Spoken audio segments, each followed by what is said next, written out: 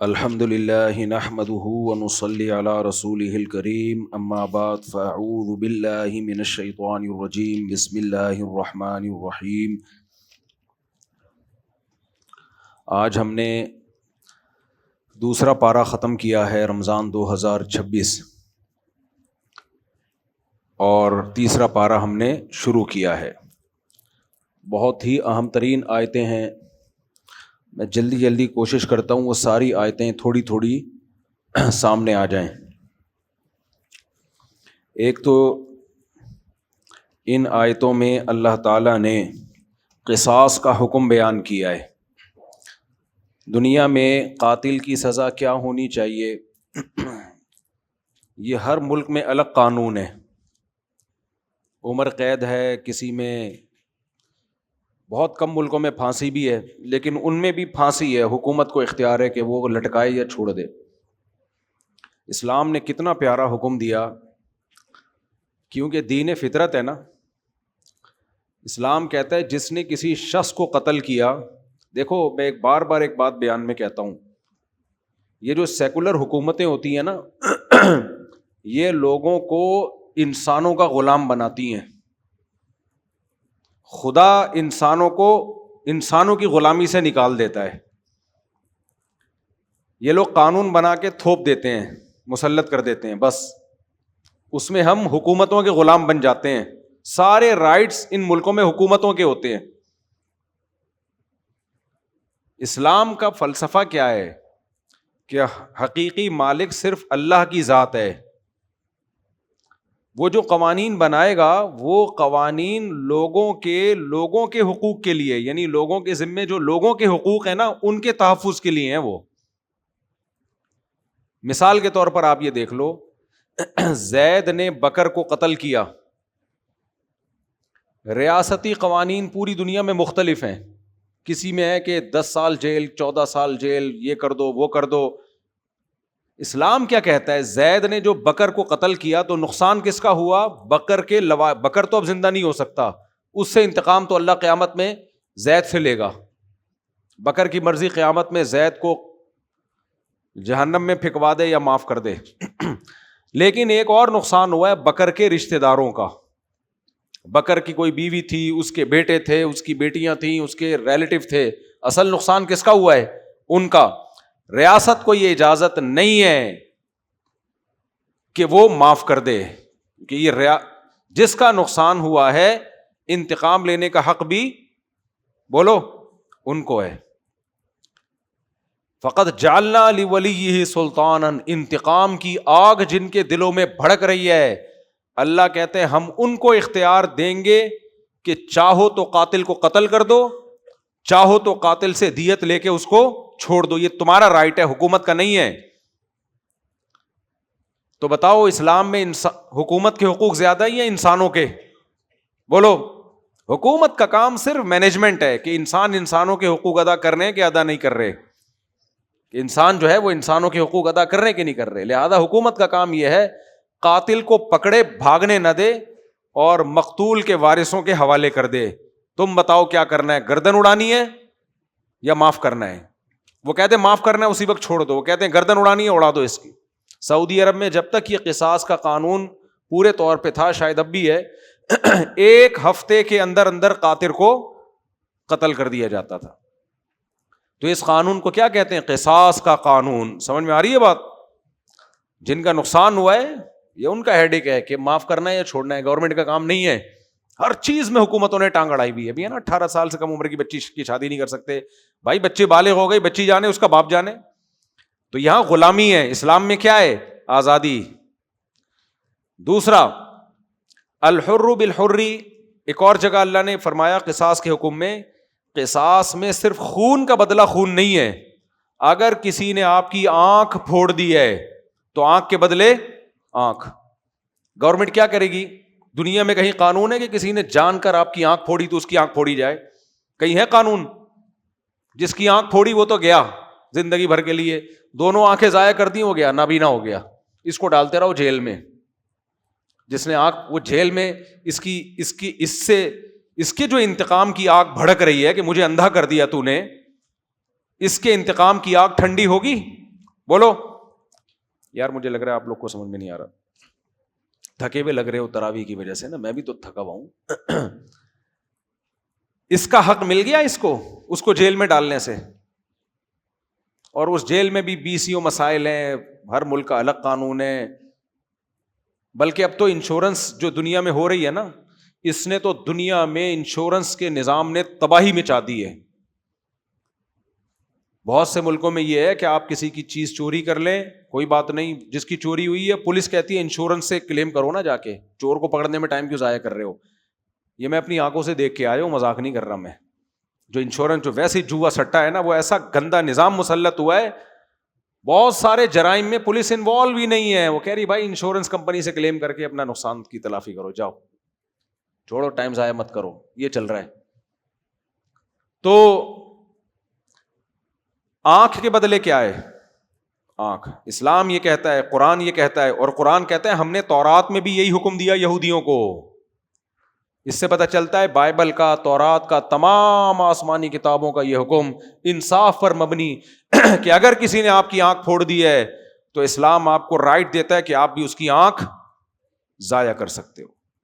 تو حکومت کا کام ہے مجرم کو پکڑے اور آپ سے پوچھے کہ اس کی آنکھیں ضائع کرنی ہے یا دیت لینی ہے. وہ اگر کہے نہیں جس نے مجھے اندھا کیا ہے اس کو اندھا کر دو, اس کو اندھا کیا جائے گا. پھر اندھا کرنے کے طریقے فقہاء نے کتابوں میں بیان کیے ہیں, کیسے اندھا کیا جائے گا اس کو, اس زمانے میں جو طریقے رائج تھے.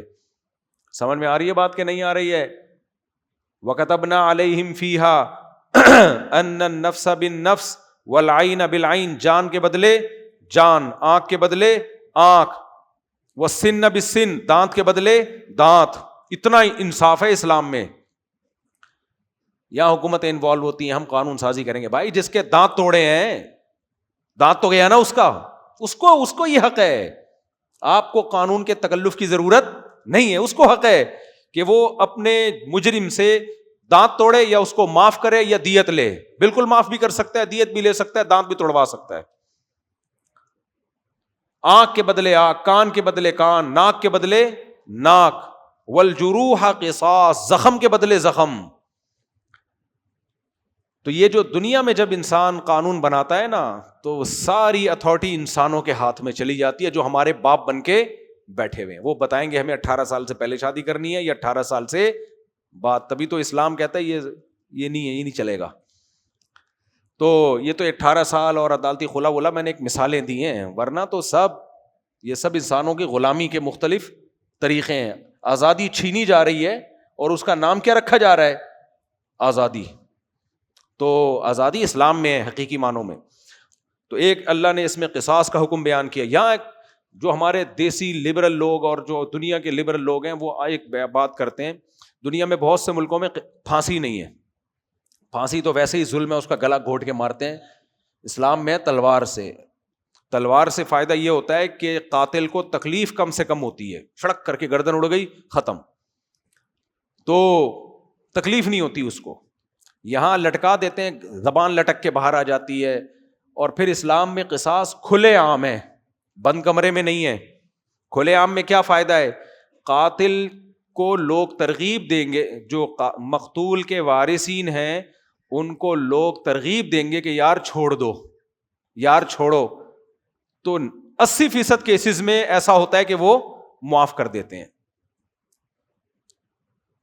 کھلے عام میں یہ فائدہ ہوتا ہے. نمبر 2, دوسرا فائدہ کیا ہے؟ اگر اس کو قتل کیا جائے گا ساری دنیا دیکھے گی اور وہ آئندہ کسی انسان کو قتل کرنے سے ڈرے گی. لیکن دنیا کے قانون میں کیا ہے؟ ایک تو قاتل کو لٹکاتے ہیں, گردن گھونٹ کے, کتنی اذیت سے انسان مرتا ہے, زبان لٹک کے باہر آ جاتی ہے, تبھی اس کے منہ پہ ماس چڑھاتے ہیں. اور کرتے بھی یہ کام بند کمرے میں تاکہ کسی کو ترس ہی نہ آئے. کرتے بھی کیسے ہیں؟ بند کمرے میں. صحیح ہے نا؟ سارا گندا غلاظت والا نظام ہے. اور تو اللہ نے فرمایا کہ بہت سے لوگ ایسے بے وقوف دنیا میں آئیں گے جو کہیں گے یہ اسلام نے جو کہا ہے کہ زید نے بکر کو قتل کر دیا تو بکر کے وارثین زید کی گردن اڑا سکتے ہیں. تو بہت سے افلاطون آئیں گے, وہ بولیں گے کہ ایک انسان کو تو انہوں نے مار دیا, اب وہی کام آپ اس کے ساتھ کر رہے ہو, ایک اور انسان کو مان رہے ہو, تو یہ کوئی بات تو نہ ہوئی نا. قانون تو یہ ہو کہ انسانوں کی جانیں بچیں, تو یہ بھی تو ایک انسان ہی ہے نا. تو اللہ نے فرمایا وَلَكُمْ فِي الْقِصَاصِ حَيَاتٌ, تمہارے لیے قصاص میں زندگی ہے. ایک انسان کی گردن جا رہی ہے, ہزاروں کی گردن بچ رہی ہے. لوگ یہ جرم کرنے سے پہلے 100 دفعہ سوچیں گے, ورنہ یہی کمبخت اٹھا کے کل کسی دوسرے بندے کو پھڑکا رہا ہوگا.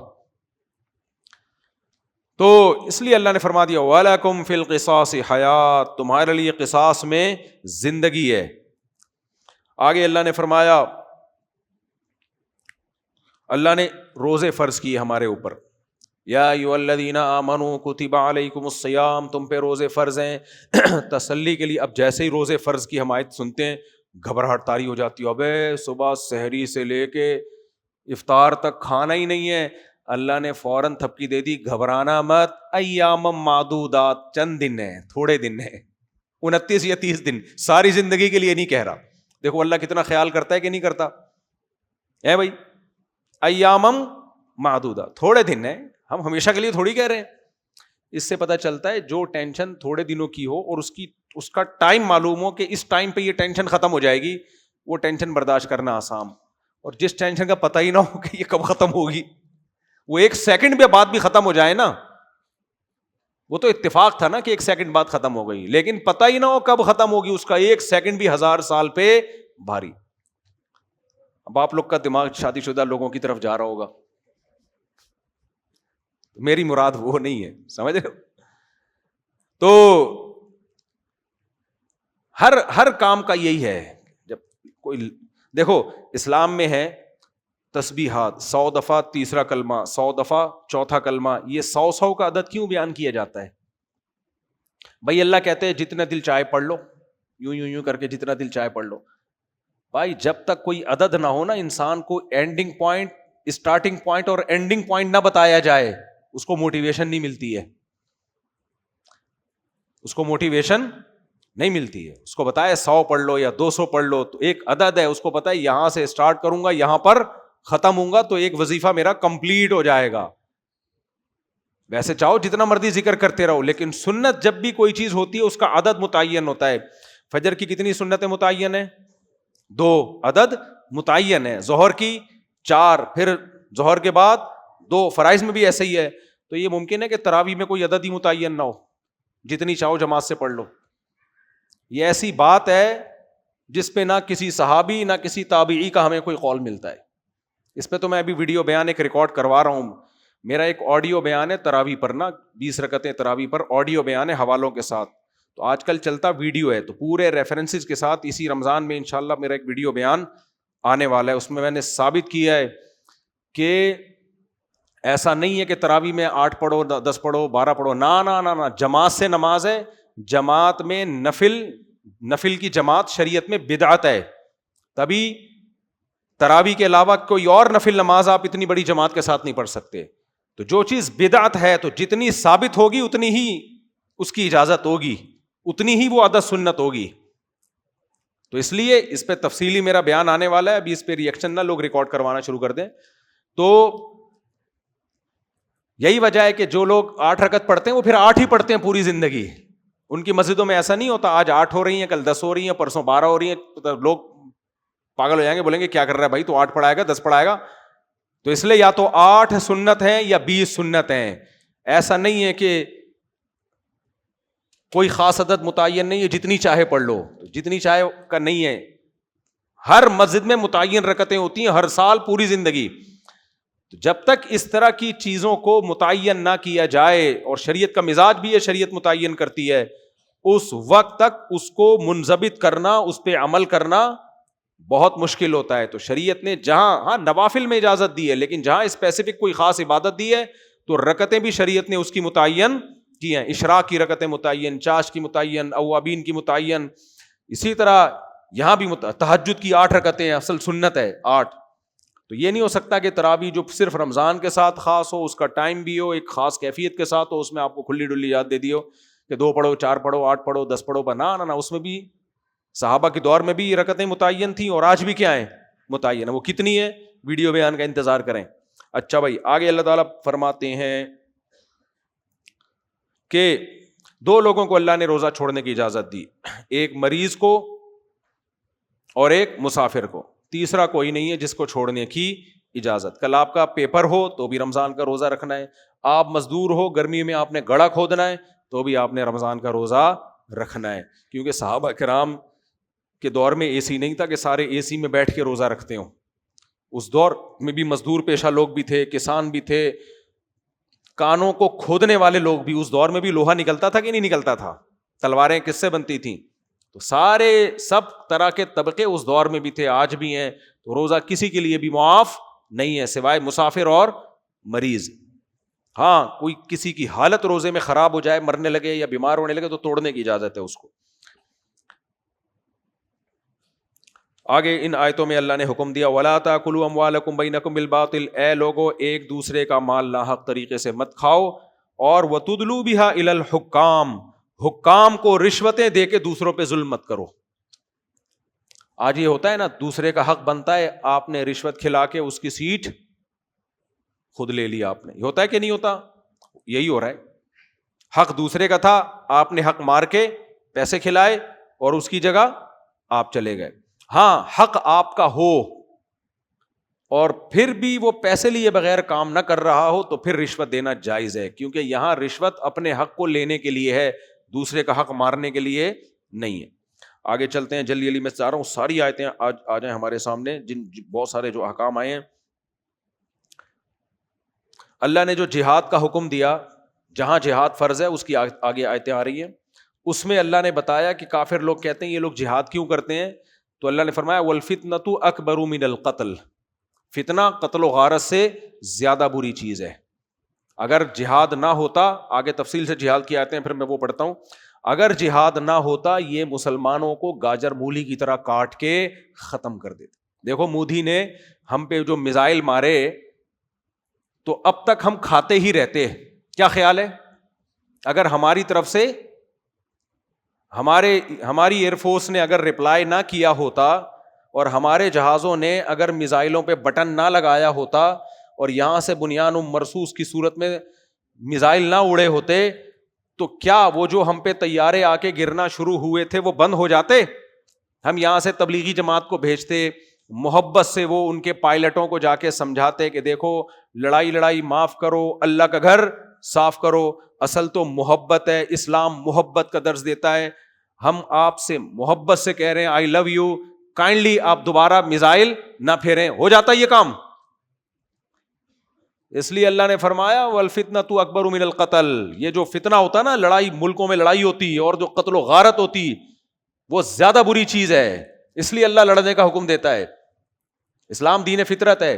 اور آگے انہی آیتوں میں آگے اللہ نے فرمایا وَلَوْلَا دَفْعُ اللَّهِ النَّاسَ بَعْضَهُمْ لِبَعْضٍ لَفَسَدَتِ الْأَرْضِ, اللہ اگر اہل ایمان کو لڑنے کا حکم نہ دیتا زمین میں فساد پھیل جاتا, سارے ظالم لوگ زمین کو کھا جاتے. تو اس لیے اسلام کے میں محبت بھی ہے اور لڑائی بھی ہے, دونوں چیزیں. اللہ نے کہا سبزیاں بھی کھاؤ اور گوشت بھی کھاؤ.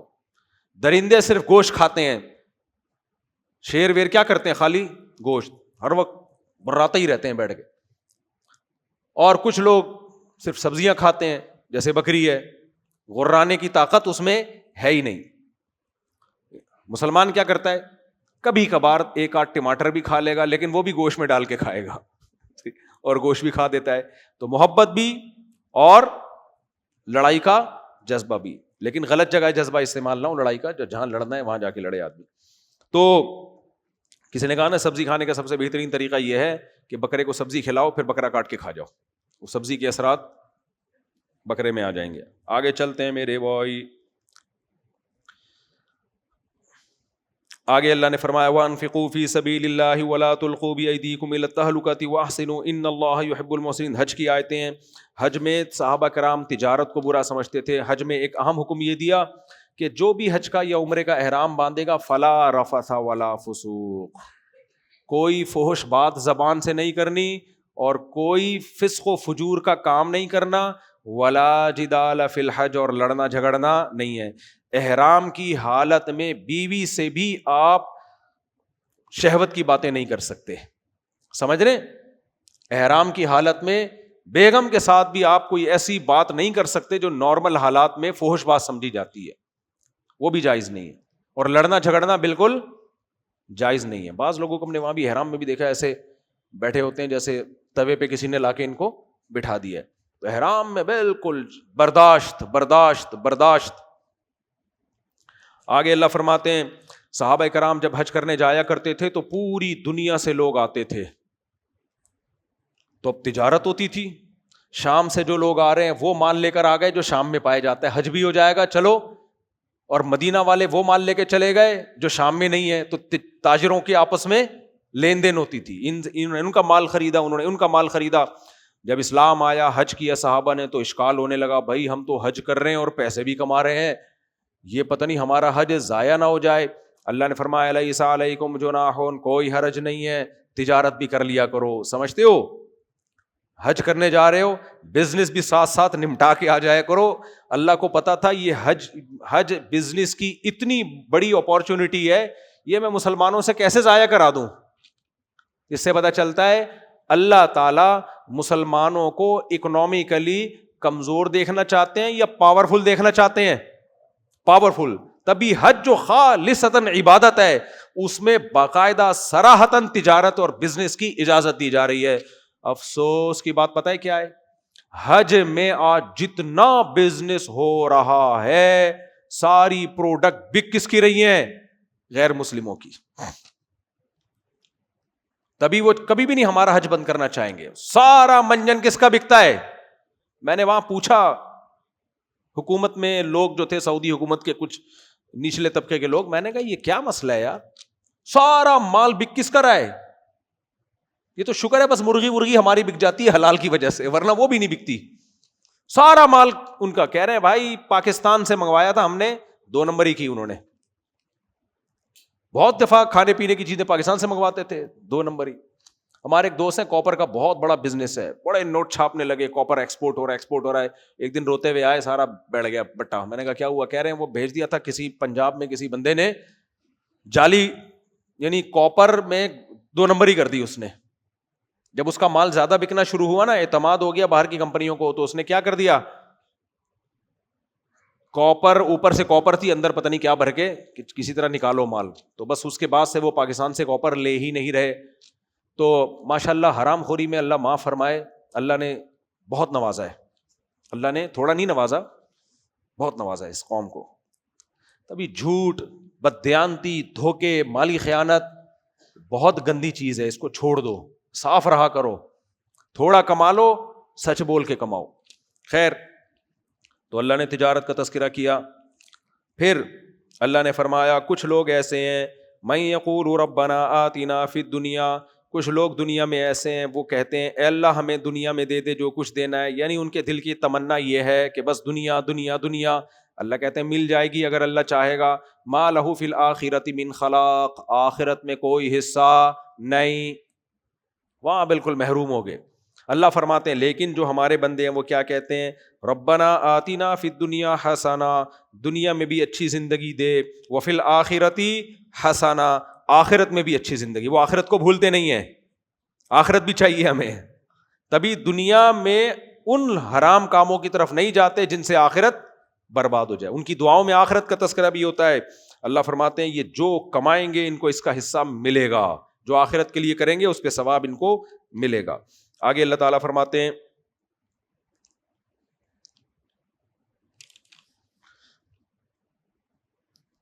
ام حسبتم ان تدخلوا الجنہ, تم یہ سمجھتے ہو تم جنت میں داخل ہو جاؤ گے اور تمہیں اللہ آزمائے گا نہیں.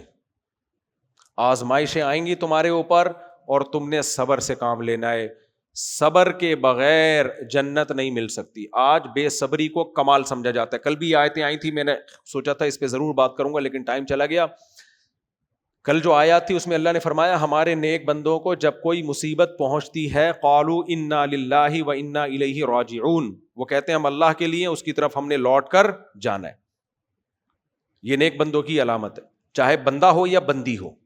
آج کسی کے گھر میں غم آ جائے, چیختے کیسے ہیں, کوئی میت ہو جائے, کسی خاتون کا بچہ فوت ہو جائے, ایسے گریبان پیٹ رہی ہیں, ہا ہو, کسی کے میت ہو گئی, کوئی غم ہو گیا, ہا ہو, سر مار رہے تھے.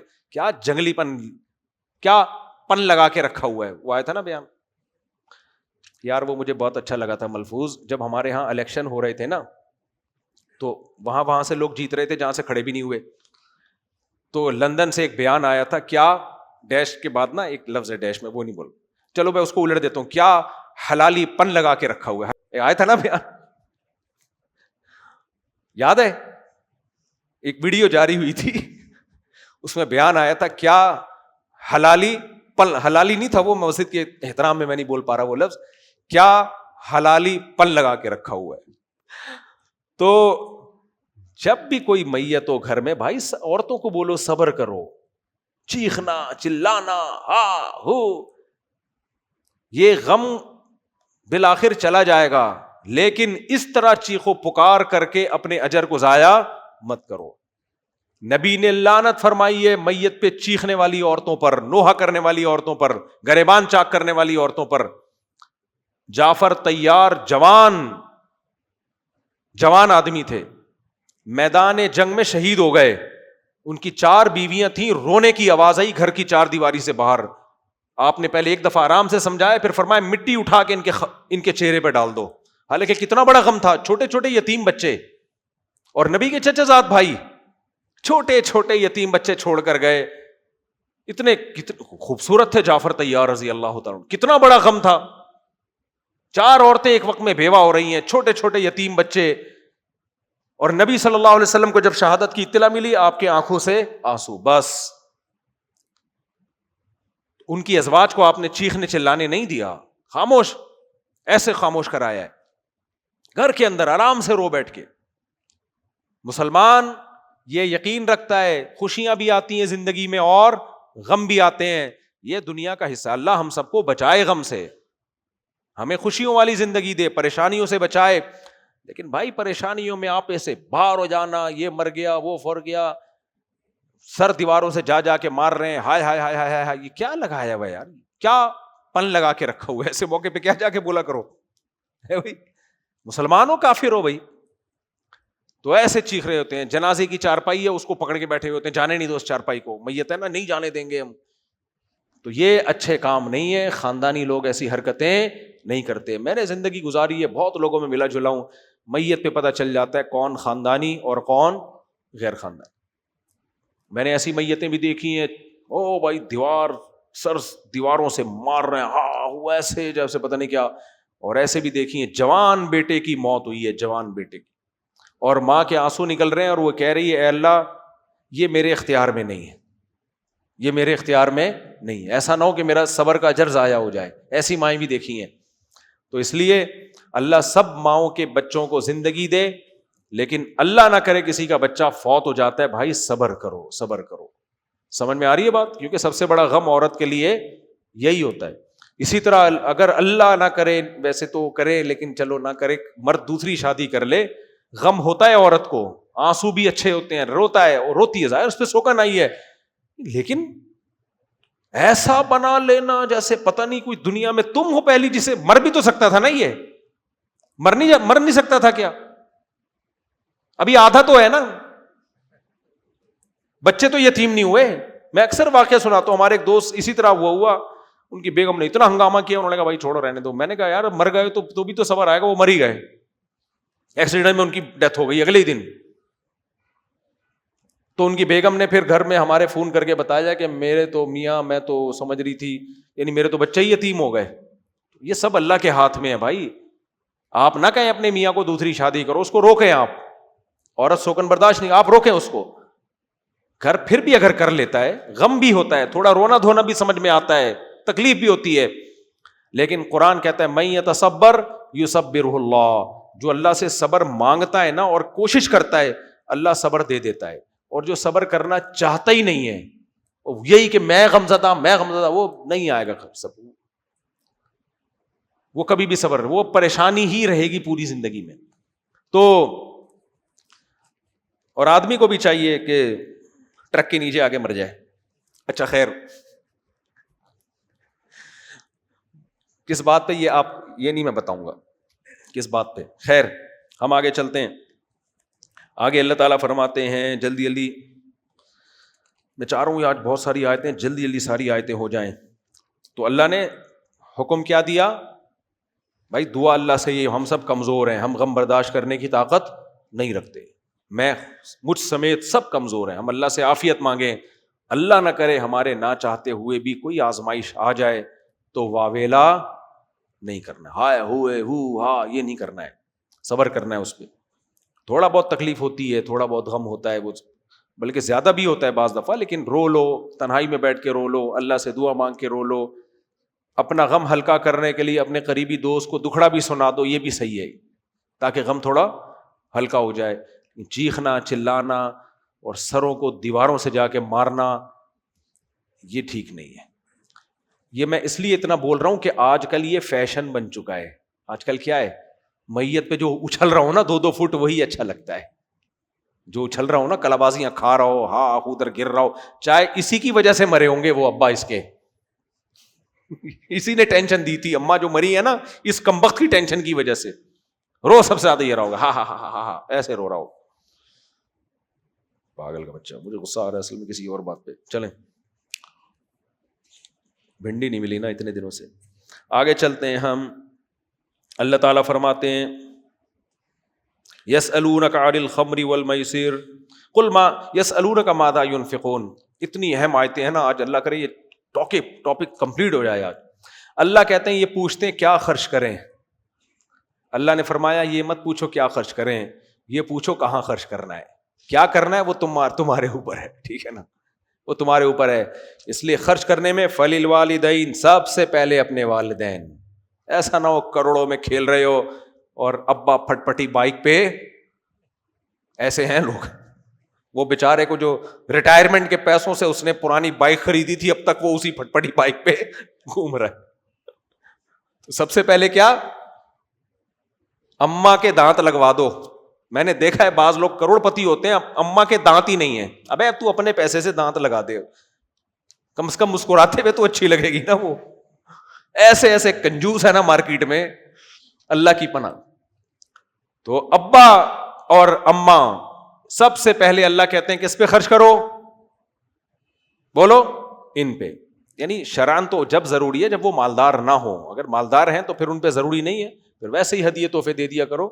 لیکن اگر مالدار نہیں ہے یا آپ بہت مالدار ہو گئے, ان کا وہ اسٹینڈرڈ نہیں ہے, تو تھوڑا سا وہی اسٹینڈرڈ ان کو بھی دینے کی کوشش کرو جو کس کا ہے, جو آپ کا ہے.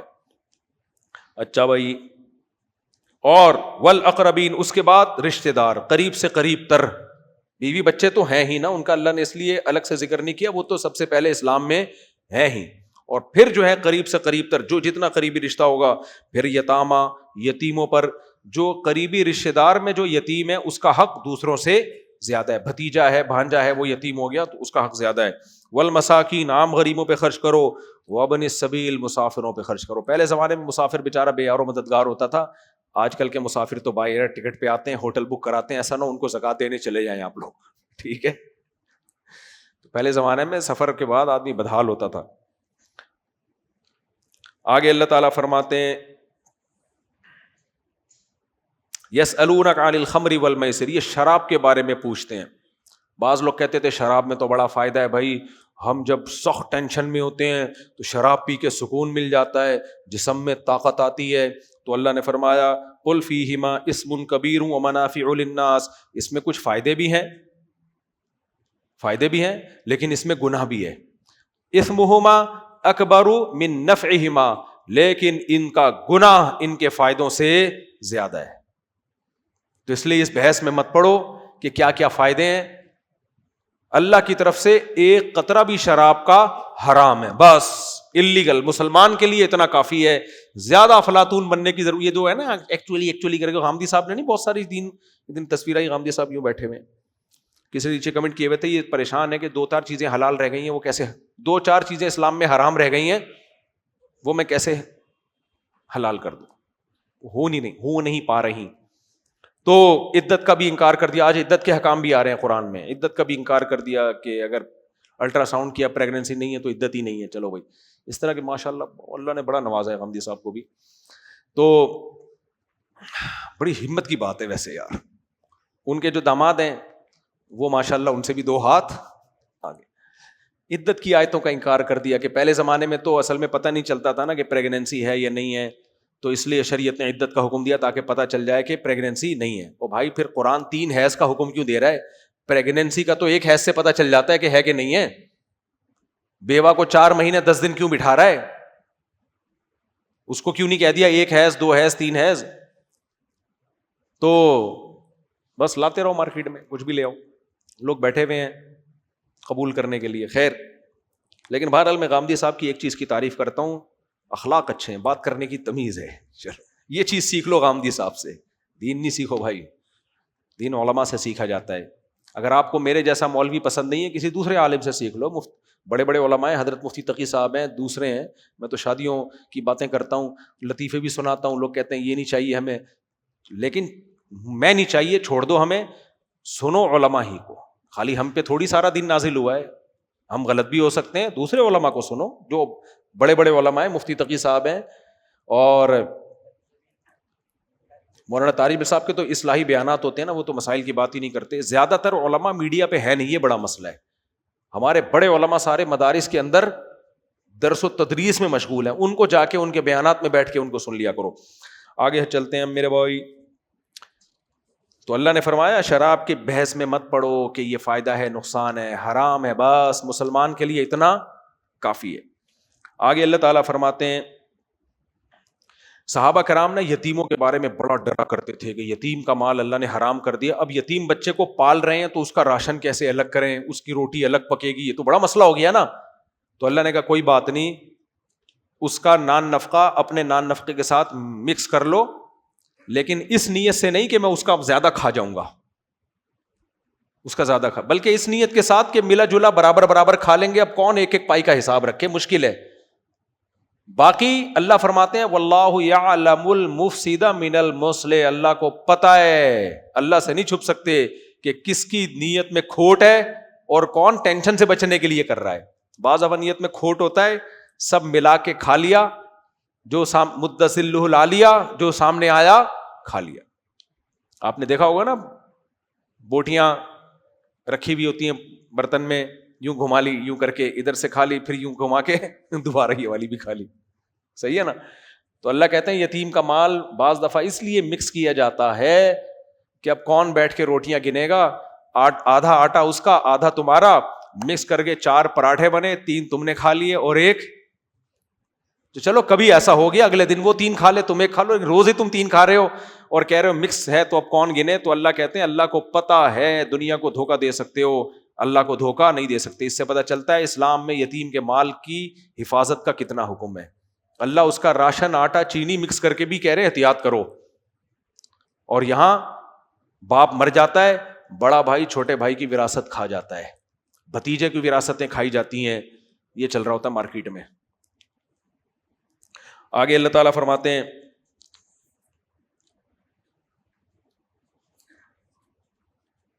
حالت حیض میں اللہ نے فرمایا عورت سے ہم بستری نہیں کر سکتے, کیونکہ گندگی ہے, غلاظت ہے. وجہ کیا اللہ نے بیان کی؟ غلاظت, گندگی ہے اس میں.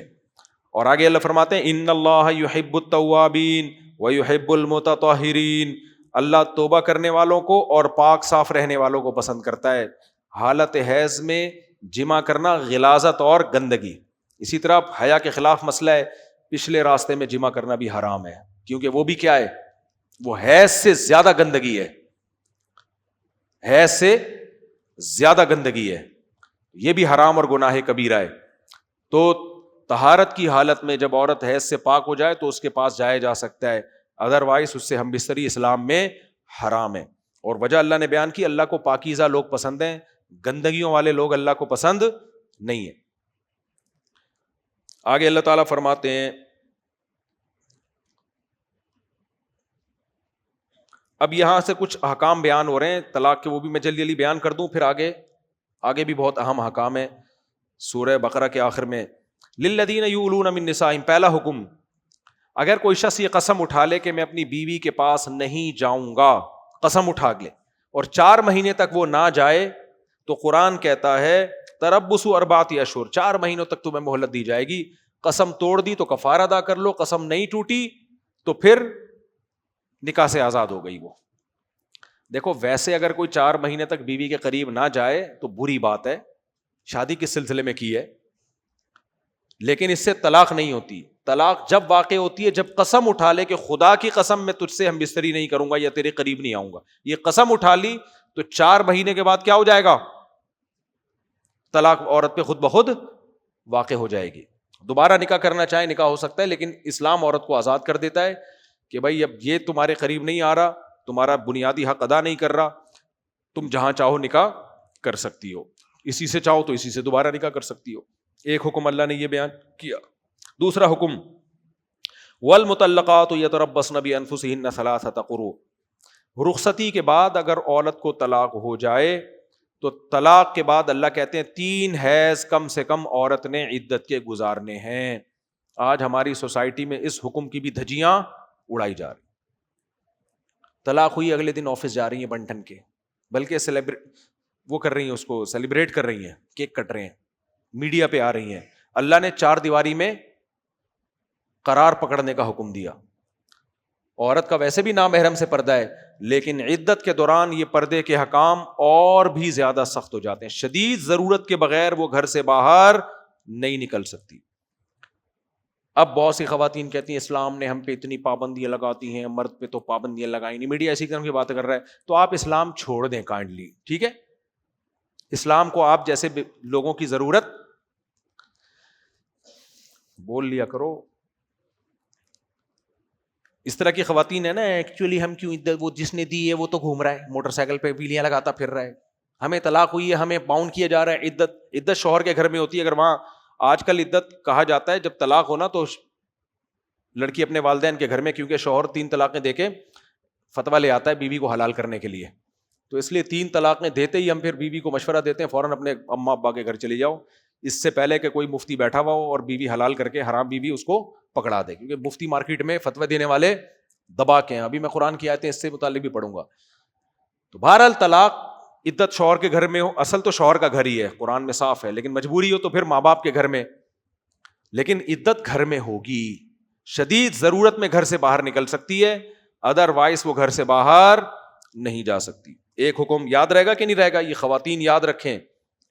ایک اور اللہ نے حکم دیا وَلَا يَحِلُّ لَهُنَّ أَن يَكْتُمْنَ مَا خَلَقَ اللَّهُ فِي أَرْحَامِهِنَّ. عورت کو طلاق ہوئی, اسے پتہ چلا میرے پیٹ میں حمل ہے, اس کے سوا دنیا میں کسی کو معلوم نہیں ہے.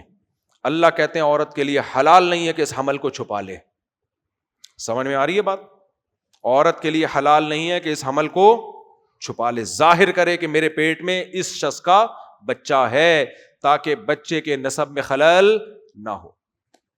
ایسا نہ ہو پیٹ میں بچہ ہو, شادی کسی اور سے کر لے, بچہ پیدا ہوا, جمشید سمجھ رہا ہے کہ یہ میرا ہے, تھا وہ کس کا, ستار کا. یہ نہیں ہوتا اسلام, یہ بغیرتی اسلام میں جائز نہیں. انگریزوں کے ہاں ایسا ہوتا ہے. وہ ہوا تھا ایک کیس, بی بی سی کی رپورٹ تھی چند سال پہلے کہ ایک خاتون نے کیس کیا کہ یہ بچہ لوگ کہہ رہے ہیں مائیکل کا ہے, حقیقت میں یہ جیکسن کا ہے. جیکسن نے کہا میرا نہیں ہے, کورٹ نے کہا ڈی این اے ہوگا, پتا چلا نہ وہ مائیکل کا نہ وہ جیکسن کا, وہ نیلسن کا نکلا. یہ رپورٹ تھی بی بی سی کی. تو یہ ان لوگوں کے ہاں ہوتا ہے, ہونے دو, وہ جانے. انہوں نے تو مذہب سے بغاوت کر کے کم از کم کرسچینٹی پہ ہی رہتے نا, مسیحیت پہ ہی رہتے, تو یہ بغیرتی تو نہ ہوتی, نہ بنتے مسلمان, اتنی اپنے مذہب پہ ہی رہ لیتے. تو اس لیے میرے بھائی ہم اس طرح کے لوگ نہیں ہیں. اللہ نے کہا کہ عورت کو ڈیورس ہوئی ہے, اس کے پیٹ میں اگر حمل ہے, اسی کو پتا ہے, کسی اور کو نہیں, وہ حمل چھپا نہیں سکتی, اور شوہر کی پرمیشن کے بغیر گرا بھی نہیں سکتی ہے. وہ نہ شوہر بیوی کی پرمیشن کے بغیر حمل گرا سکتا ہے اور نہ بیوی, اور دونوں کی رضا بھی ہو تو بھی حمل گرانا جائز نہیں ہے جب تک کہ شدید ضرورت نہ ہو, اور 4 مہینے کے بعد تو بالکل حرام ہے, گرانے کا کوئی وہ ہے ہی نہیں. اب آگے اللہ تعالیٰ فرماتے ہیں وَبُعُولَتُهُنَّ حَقُّ بِرَدِّهِنَّ فِي ذَلِكَ إِنْ أَرَادُوا إِصْلَاحًا. اگر 1 یا 2 طلاقیں ہوئی ہیں تو اللہ کہتے ہیں کہ اس دوران شوہر کو حق ہے کہ وہ رجوع کر لے. اگر 1 یا 2 طلاقیں ہوئی ہیں, عورت کے پاس یہ رائٹ نہیں ہے. مرد کو اللہ نے اختیار دیا ہے کہ 1 یا 2 دفعہ اگر ریپیٹ کیا ہے تو ابھی تمہارا حق ہے. عدالتی خلا نے یہ سارے حکام کی دھجیاں اڑا دی, ابھی ایک بھی نہیں دی ہے, پھر بھی عورت کے پاس حق ہے کہ وہ عدالت سے خلا لے اور پتلی گلی سے نکل لے. تو اس آیت کا کوئی مطلب بچتا ہے؟ پھر اللہ تو کہہ رہے ہیں مرد نے 2 دے بھی دی نا, پھر بھی بعولتہن, بعل عربی میں شوہر کو کہتے ہیں, مرد کو یہ رائٹ ہے کہ وہ روک سکتا ہے بیوی, اگر وہ روک لے گا تو عورت کے پاس رائٹ نہیں ہے جانے کا. 3 ٹائم ڈیورس کا اختیار دیا, ابھی 2 کے بعد رائٹ ہے, اور عدالتی خلا نے ابھی 1 بھی نہیں دی ہے, یہ رائٹ مردوں سے چھین لیا. اور ہمارے اسکالرز آج کل کے جو نام نہاد اسکالرز آ رہے ہیں جو کہتے ہیں یہ مقلد ہیں, حنفی ہیں, شافی ہیں, یہ لوگ مقلد ہیں, شکر ہے ہم مقلد ہیں, تبھی ہم فقہا جنہوں نے قرآن و حدیث کی ڈیپ میں جا کے قرآن کو سمجھائے, ہم نے وہاں سے سمجھا ہے قرآن کو. آپ تو بالکل بے لگام ہو, ایک کچھ اور بتا رہا ہے, وہ ادھر سے کچھ اور بتا رہا ہے, اس کا فتویٰ کچھ اور ہے, بوکھلائے ہوئے اتنے زیادہ, ایسے ایسے مسئلے پیش کر رہے ہیں کہ اللہ کی پناہ. تو اس لیے اللہ نے کیا فرمایا کہ 1 اور 2 کے بعد حق کس کا ہے؟ رجوع کا, مرد کے پاس رجوع کا حق ہے.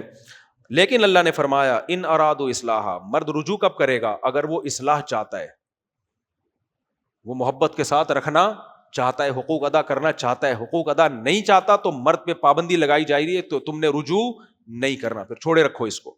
آگے اللہ تعالیٰ فرماتے ہیں الطلاق مرتان فامساک بمعروف او تسریح باحسان. طلاقیں 2 مرتبہ ہیں, 2 مرتبہ کے بعد تمہیں حق, میں جلدی ان آیتوں کو ریپیٹ کروں گا کیونکہ اس موضوع پر میں کئی بار بیان کر چکا ہوں. 2 مرتبہ کے بعد تمہیں یہ حق ہے, محبت سے روک لو یا عزت کے ساتھ رخصت کر دو. آگے اللہ فرماتے ہیں ولا یحل لکم ان تاخذوا مما آتیتموہن شیئا, اگر تم نے رخصت کرنے کا ارادہ کر لیا ہے تو جو کچھ تم نے ان کو دیا تھا اس میں سے کچھ بھی واپس نہیں لے سکتے. پہلے زمانے میں ہوتا تھا طلاقیں دے کے دھکے دے کے نکالا, سارا مال مہر وہر جو دیا ہے نا اٹرم پٹرم سارا واپس لے لیا اور کک آؤٹ کیا, چل نکل. تو اللہ نے فرمایا نمبر 1 کک آؤٹ اس طریقے سے نہیں کرنا, تسریح باحسان, عمدہ طریقے سے چھوڑنا ہے اس کو. بات سمجھ میں آ رہی ہے؟ آج چھوڑا جاتا ہے عمدہ طریقے سے ہے, عمدہ طریقے سے. عمدہ طریقے سے چھوڑنے کا کیا مطلب ہے بھائی؟ دیکھو اس کو سمجھا بھی لیا محبت سے, دونوں خاندان والے بیٹھ گئے, پتہ چل رہا ہے کہ غلطی ہے کس کی, بھائی پتہ چل گیا بھائی بیگم ہی کی غلطی ہے. بعض دفعہ الٹا بھی ہوتا ہے, میں تو ایک مثال دے رہا ہوں, اگر پتہ چل گیا کہ اس کی غلطی ہے. اب دونوں خاندان والوں کو بٹھایا, انہوں نے سمجھایا, نہیں سمجھ میں آ رہا. پہلی بات تو یہ کہ برداشت کر لو بھائی, ہر پورا صحیح دنیا میں کوئی بھی نہیں ہوتا. اللہ کے نبی نے حکم دیا کہ نہیں ہو سکتی بیوی پوری سیدھی, کچھ نہ کچھ عیب برداشت کرنے پڑیں گے, تو برداشت کر لیا. لیکن ناقابل برداشت ہو رہا ہے معاملہ. اب جب ناقابل برداشت ہو رہا ہے تو اللہ نے پہلا حکم بیان کیا کہ جرگہ بٹھاؤ, وہ بھی کامیاب نہیں ہو رہا تو پھر کیا کرنا ہے؟ پہلے محبت سے نصیحت, دوسری آیتوں میں آتا ہے جرگہ, تیسرے میں آتا ہے علیحدگی اختیار کر لو کچھ دنوں کے لیے. تبھی جب میاں بیوی کے جھگڑے ہمارے پاس آتے ہیں نا, ہم کہتے ہیں آپ دونوں کا کوئی حل نہیں ہے, 6 مہینے کے لیے وہ اپنی اماں کے چلی جائے. اور دل چاہتا ہے دونوں کو چترول لگا کے تھوڑے دنوں کے لیے کیا کر دو, کیونکہ ایک دوسرے کی شکلیں دیکھ دیکھ کے بعض دفعہ ویسے ہی نفرت ہو جاتی ہے. ہر سیدھی بات بھی الٹی لگ رہی ہوتی ہے. جب انسان کی نفرت ہوتی ہے نا, پھر ہر بات الٹی سوئی چلنا شروع ہو جاتی ہے. اور ایک دفعہ یہ میاں بیوی میں شروع ہو گئی نا, یہ نہیں وہ ہر بات کو بیوی تن سمجھ رہی ہوتی ہے. آپ اچھی بات کر رہے ہو, آپ کہہ رہے ہو کہ آج تو تم نے بڑا اچھا پراٹھا بنایا, آ گیا خیال 20 سال میں آج تک کبھی تعریف نہیں کی ہے. آدمی کہتا ہے چلو میں سوری کرتا ہوں, نہیں آج بھی نہیں اچھا بنایا آپ نے. دیکھا دل میں جو تھا وہ آ گیا نا.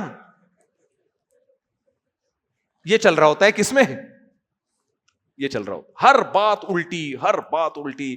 تو ایسے میں حل کیا ہوتا ہے یار, تھوڑے دنوں کے لیے الگ ہو جاؤ, 6 مہینے وہ ادھر تم ادھر رہو. اصل میں تو قرآن نے کہا بستر الگ کر دو, لیکن آج کل کی خواتین ایسی نہیں ہے کہ آپ بستر الگ کر کے ادھر سو, وہ نہیں سونے دے گی آپ کو. وہ کہے کہ کیوں وہاں کیوں سو, شادی کیوں کی تھی تم نے. تو پرانے زمانے میں آدمیوں کا روب ہوتا تھا, وہ چاہتے تو سو جاتے, چاہتے تو دوسرے کمرے میں سو جاتے. اب ایسا نہیں ہے, دوسرے کمرے میں تمہارا باپ بھی نہیں سو سکتا بیوی کی مرضی کے بغیر. وہ وہاں آ جائے گی, بولے گی کیوں کیوں. تو اس لیے سجیشن کیا ہے, بیگم تھوڑے دنوں کے لیے ماں کے گھر رہ لے, آپ یہیں رہ لیں یا جہاں مرضی دفع ہو جائیں, یا ٹرک کے نیچے آ کے مر جائیں, وہ آپ کی چوائس ہے. تو یہ طریقہ بھی ناکام ہو رہا ہے. تو پھر اسلام نے کیا کہا بھائی, اللہ کہتے ہیں پھر 1 طلاق دی جا سکتی ہے, اور اگر رجوع کرنا ہے تو یہ سوچ کے رجوع کرنا کہ دوبارہ وہی کچھ نہیں کرنا جو پہلے کیا تھا. اصلاح کی نیت سے رکھنا چاہتے ہو محبت کے ساتھ تو ٹھیک ہے, ادروائز نہیں. آگے اللہ تعالیٰ فرماتے ہیں کہ 1 روپیہ بھی تمہارے اگر چھوڑنے کا ہی ارادہ کر لیا ہے تسریحم بإحسان، تو پھر کیا ہوگا بھائی؟ محبت سے بتا دیا جائے کہ ہم دونوں کی نہیں بن رہی ہے، تو میں آپ جس سلسلے میں حاضر ہوا تھا اس سلسلے کو میں ریورس کر رہا ہوں.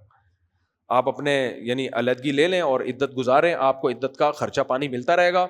بچوں کا خرچہ ساری زندگی میرے ذمے ہے، جب تک بچیوں کی شادیاں نہیں ہو جاتی، بچے 18 سال یا 15 سال کے نہیں ہو جاتے، میرے ذمے ہے.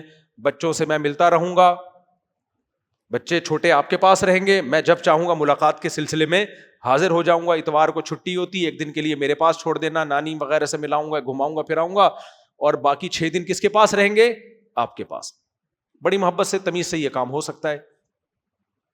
پھر اللہ کہتے ہیں جو کچھ ان کو دیا وہ مت لو واپس، بلکہ آگے اللہ نے فرمایا وَلِلْمُطَلَّقَاتِ مَتَاعٌ بِالْمَعْرُوفِ، عمدہ طریقے سے اور بھی کچھ ان کو دے دو. صحابہ کرام جب طلاق دیا کرتے تھے تو اور زیادہ پیسہ دے کے رخصت کیا کرتے تھے، لیکن ہماری سوسائٹی میں یہ سارے احکام اور ہماری عدالتیں ایسے قوانین بنا رہی ہیں یورپ سے لے کے نا، وہاں سے لے کے، کہ میاں بیوی دونوں ڈپریشن کے مریض بن جائے.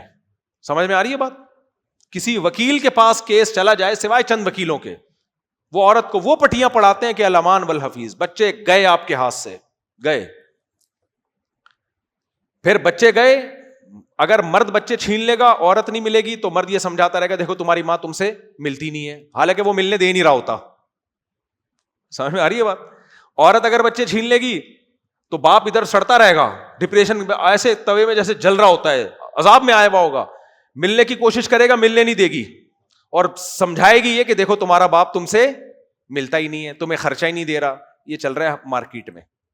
تو اللہ نے آگے آیتوں میں یہ بھی بتا دیا لا تضار والدۃ بولدہا ولا مولود لہ بولدہ. میاں بیوی میں سیپریشن ہو جاتی ہے، بچوں کی وجہ سے نہ ماں کو نقصان پہنچایا جائے اور بچوں کی وجہ سے نہ باپ کو نقصان. بچے دونوں کے ہیں، دونوں ملیں گے، دونوں بچوں کے معاملے میں مل کے پالیں گے اس کو.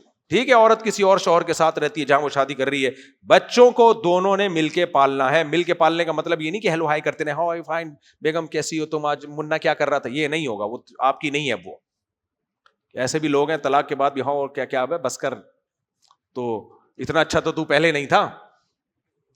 تو اس میں یہ ہے کہ بھائی بچے کو دونوں مل کے پالیں گے، بچے کا خرچہ باپ دے گا، اور ماں ہفتے میں 1 دن بچوں کو کس کے پاس چھوڑے گی؟ باپ کے پاس. 24 گھنٹے آپ کے پاس رہیں گے اور اس طرح سے زندگی گزرے گی. اس کے بعد بچے لڑکا جب 7 سال کا ہو جائے اور لڑکی جب 9 سال کی ہو جائے تو یہ ترتیب الٹی ہو جائے گی. اب بچے باپ کے پاس آ جائیں گے. سمجھ میں آ رہی ہے بات کہ نہیں آ رہی؟ اب بچے شریعت کہتی ہے باپ کے پاس آئیں گے، اب ماں ہفتے میں 1 دن ماں کے پاس چھوڑے جائیں گے. وہ سمجھ میں آ رہی ہے بات؟ ہمارے ہاں جس کی لاٹھی اس کی بھینس، جو طاقتور ہے وہ بچے لے گیا، بس گئے. اور پھر وہ باپ ہے تو ماں کے خلاف ورغلاتا رہے گا، تمہاری ماں ایسی تھی، اور ماں ہے تو باپ کے خلاف ورغلاتی رہے گی. یہ اللہ کی حدود ہیں جو ہمارے ہاں توڑی جا رہی ہیں. کر لو، آخرت بھی آنی ہے ایک دن. سمجھ میں؟ ایک دن آخرت بھی آئے گی. تو خیر اللہ تعالیٰ نے فرمایا کہ اللہ فرماتے ہیں طلاق کے بعد تم بیوی سے کچھ لے نہیں سکتے، ایک صورت میں تم لے سکتے ہو. وہ کیا صورت ہے؟ وہ اللہ نے بیان کی، جس کو خلا کہا جاتا ہے. فرمایا فَإِنْ خِفْتُمْ أَلَّا يُقِيمَا حُدُودَ اللَّهِ، اگر حدود اللہ پہ قائم نہیں رہ سکتے اور عورت شوہر کو مہر واپس کر کے جان چھڑانا چاہتی ہے، فَلَا جُنَاحَ عَلَيْهِمَا، تو ایسی صورت میں میاں اور بیوی دونوں پہ کوئی حرج نہیں ہے. بیوی پہ یہ طلاق کے مطالبے پہ کوئی حرج نہیں ہے، اور شوہر پہ اس مطالبے کے بدلے میں اپنا دیا ہوا پیسہ واپس لینے میں کوئی حرج نہیں ہے. تو دونوں کی رضامندی سے، یہ میوچل انڈرسٹینڈنگ سے اگر ایسا ہو جاتا ہے، ایسی صورت میں پیسے لینے میں کوئی حرج نہیں ہے. کیونکہ مرد کہہ سکتا ہے میرا خرچہ ہوا ہے، ورنہ ہوگا کیا، ادھر شادی ہوئی، لاکھوں روپے خرچ ہو گئے، بیگم کو مہر مل گیا، اگلے دن مجھے طلاق چاہیے. تو اختیار تو مرد کے پاس ہے، وہ آپشن قبول نہ کرے، لیکن مرد کو پھر ایسی بیوی اچھی لگے گی؟ اس لیے اللہ نے کہہ دیا کہ پھر مرد واپس لے سکتا ہے پیسے. اور اسی حدیث کی تفسیر میں، صحیح ہے بخاری کی حدیث، اسی قرآن کی آیت کی تفسیر میں صحیح بخاری کی حدیث ہے، جمیلہ بنت ثابت نبی صلی اللہ علیہ وسلم کے پاس آئیں کہ میری شادی ہوئی ہے، مجھے شوہر بالکل پسند نہیں ہے. تو آپ نے ان کے شوہر کو بلایا کہ تم نے باغ میں مہر دیا ہے، وہ واپس لے لو. انہوں نے کہا ٹھیک ہے میں واپس لے لیتا ہوں. وہ ایگری تھے اس پہ. آپ نے فرمایا اب ان کو چھوڑ دو. نبی نے نہیں کہا میں چونکہ جج ہوں تو بس میں نے خلا کی ڈگری پکڑا دی چلی جاؤ، نہ نبی یہ کام نہیں کر سکے بھائی، آپ کو یہ اتھارٹی نہیں تھی کہ وہ میاں بیوی کا نکاح ختم کر دیں جب تک کہ شوہر سے ظلم ثابت نہ ہو جائے. شوہر ظالم نہیں تھے، ان کی صورت اچھی نہیں تھی، انہوں نے دیکھا نہیں تھا، تو جب پہلی رات میں دیکھا تو وہ بہت چھوٹے قد کے، رنگ بہت سیاہ، کہنے لگی بی من الجمال ما ترا، یا رسول اللہ میں خوبصورت عورت ہوں، میں نے بغیر دیکھے شادی کر لی، وہ تو قد میں بھی بہت چھوٹے ہیں، رنگ بھی بہت سیاہ ہے. تو اب اس میں زبردستی طلاق بنتی نہیں ہے نا، تو اس لیے نبی صلی اللہ علیہ وسلم نے خلا دلوایا. خلا کا مطلب کیا؟ اگر وہ کہتی نا بے تحاشا مارتے ہیں، پیٹتے ہیں، نان نفقہ نہیں دے رہے اور ظلم کر رہے ہیں اور مجھے چھوڑ کے چلے گئے ہیں دوسرے ملک، نہ طلاق دے رہے ہیں نہ رکھ رہے ہیں، ایسی صورت میں تنسیخ نکاح ہوتا کہ یہ ظلم ہے. یہاں کیا تھا؟ تنسیخ نکاح نہیں، یہ خلا ہے. تو اس لیے نبی نے فرمایا طلقھا، تم چھوڑ دو ان کو. تو انہوں نے مان لی نبی کی بات، چھوڑ دیا. بعض دفعہ صحابہ مان لیتے تھے، بعض دفعہ نہیں بھی مانتے تھے.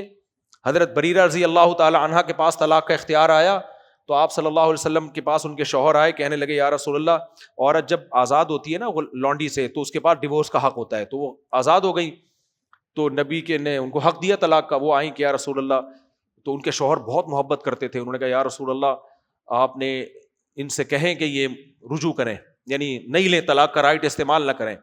نبی نے ان سے فرمایا، تو انہوں نے نبی نے ان کو حکم دیا کہ تمہارا شوہر تم سے محبت کرتا ہے، تم واپس چلی جاؤ. تو انہوں نے کہا یا رسول اللہ، یہ آپ کا مشورہ ہے یا حکم ہے؟ انہوں نے فرمایا مشورہ ہے. یہ مشورہ کا لفظ کیوں؟ بعض دفعہ صیغہ آرڈر کا ہوتا ہے لیکن وہ ہوتا کیا ہے؟ مشورہ. کیوں؟ اس لیے کہ شریعت نے جب یہ رائٹ دیا ہے کہ شوہر بیوی کو چھوڑ سکتا ہے تو پھر نبی یہ رائٹ بتا کے گئے ہیں کہ شوہر ہی چھوڑ سکتا ہے. اسی طرح لونڈی جب آزاد ہوتی ہے اس کے پاس یہ رائٹ آتا ہے کہ وہ پرانے شوہر کے پاس رہنا چاہے یا نہیں، تو یہ رائٹ بھی اس سے کوئی چھین نہیں سکتا. اس لیے نبی نے فرمایا میں مشورہ دے رہا ہوں. بھائی یہ رائٹ کس نے دیا تمہیں؟ اللہ نے دیا، تو میرا مشورہ ہے. فرمایا رسول اللہ پھر نہیں ماننا مشورہ، میں نہیں رہنا چاہتی. آرڈر ہوتا تو پھر آپ کے حکم کے سامنے کون کچھ کر سکتا ہے. وہ نہیں رہی. ان کے شوہر کو اتنی محبت تھی کہ گلیوں میں خاک لے کے اپنے سر پہ ڈالتے تھے. پھر آپ نے فرمایا صحابہ سے، دیکھو بریرہ کے شوہر کی ایک طرف محبت دیکھو اور بیوی کی اپنے شوہر سے نفرت دیکھو. وہ خاک چھانتے ڈالتے پھر رہے ہیں اور نبی مشورہ بھی دے رہے ہیں، لیکن وہ کہہ رہی ہے مشورہ ہے نہیں، تو نبی بھی ناراض نہیں ہوئے. سمجھ میں آ رہی ہے بات؟ آج کوئی مشورہ بھی دیتا ہے، باپ بن کے سر کے اوپر بیٹھ جاتا ہے، میرا مشورہ ہے، میرا مشورہ ہے نا تو چپ کر کے بیٹھ جا، دے دیا بس کافی ہے. آپ جلدی اصل میں آج اسپیڈ بہت زیادہ ہے تو آج زبان میری نا ذرا لڑک رہی ہے، جلدی سے بس یہ آیتیں مکمل کر لوں میرے بھائی. تو اللہ نے فرمایا تلک حدود اللہ فلا تعتدوها، یہ اللہ کی حدود ہے. آگے اللہ نے فرمایا فإن طلقها فلا تحل له من بعد، دو کے بعد اگر مرد نے تیسری طلاق بھی دے دی، خدا کی قسم قرآن میں کہیں بھی نہیں ہے کہ اسی مجلس میں دی ہوں یا الگ الگ مجلس میں دی ہوں، نہ کسی صحیح حدیث میں آئی ہے. تو اس لیے یہ قرآن پہ جرت ہے. اللہ نے کہا اگر تیسری طلاق بھی دے دی ہے فلا تحل له، تو پھر یہ بیوی شوہر کے لیے حلال نہیں ہے. حتیٰ تنکح زوجا غیرہ، یہاں تک کہ کسی دوسرے مرد سے یہ نکاح نہ کر لے. اب اس کے پاس دوبارہ نکاح کر کے بھی نہیں جا سکتی ہے. پھر اگر وہ دوسرا مرد، حدیث میں آتا ہے ہم بستری بھی ہو، پھر اسی کے ساتھ رہے. پھر اگر بالفرض وہ کسی وجہ سے دوسرا مرد چھوڑ دیتا ہے فلا جناح علیہما ان یتراجعا، تو عورت کے لیے جائز ہے جہاں چاہے شادی کرے، لیکن اس صورت میں پہلے مرد سے بھی شادی کر سکتی ہے. سمجھ میں آ رہی ہے بات؟ یہ قرآن بیان کر رہا ہے. لوگ کہتے ہیں اہل حدیث لوگ کہتے ہیں مفتیوں نے حلال حلال ہے. بھائی یہ حلالہ قرآن بیان کر رہا ہے، اور جو حلالہ حدیث کے مطابق حرام ہے وہ حلالہ ہے جو باقاعدہ ایگریمنٹ کر کے ہو. سمجھ میں آ رہی ہے بات؟ اس میں حکمت کیا ہے؟ جب 3 طلاقیں دی ہے نا، عورت کی طبیعت میں نرمی ہوتی ہے. 3 طلاقیں دینے کے بعد مرد پھر اس کو بہلا پھسلا کے واپس لے آئے گا، 2 آنسو بہائے گا، پھر وہ بیوقوف بن جائے گی. کیا گارنٹی ہے پھر دوبارہ طلاق نہ دے؟